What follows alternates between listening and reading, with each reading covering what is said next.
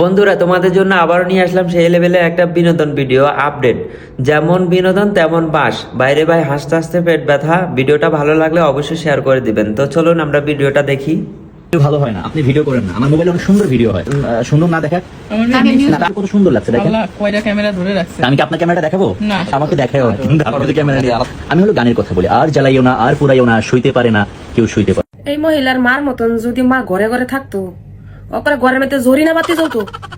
জরিনা না না, জরিনা বলতে বিয়াবের মধ্যে যে লাগাইছে অমলক্ষ বাতি, হে বাতি জ্বলতো, বুঝলি?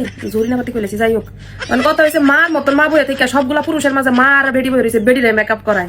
হ্যাঁ, কি সুন্দর কইরা। অথচ মা বইয়া থেকে দেখে মেকআপ দেখে।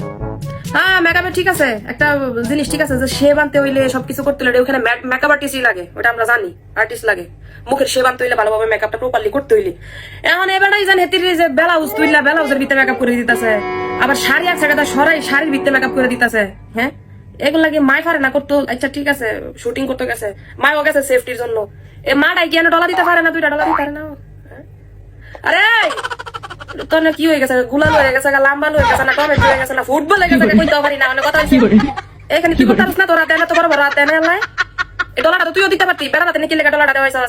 আর কথা হইলো, তোর যদি এই ক্যাটকুতুনির তল যদি মেকআপ করতে হইব, ডেনার মধ্যে মেকআপ করতে হইব, তাহলে এই ডেনা ছাড়া বেলা চিন্তা লাভ কি?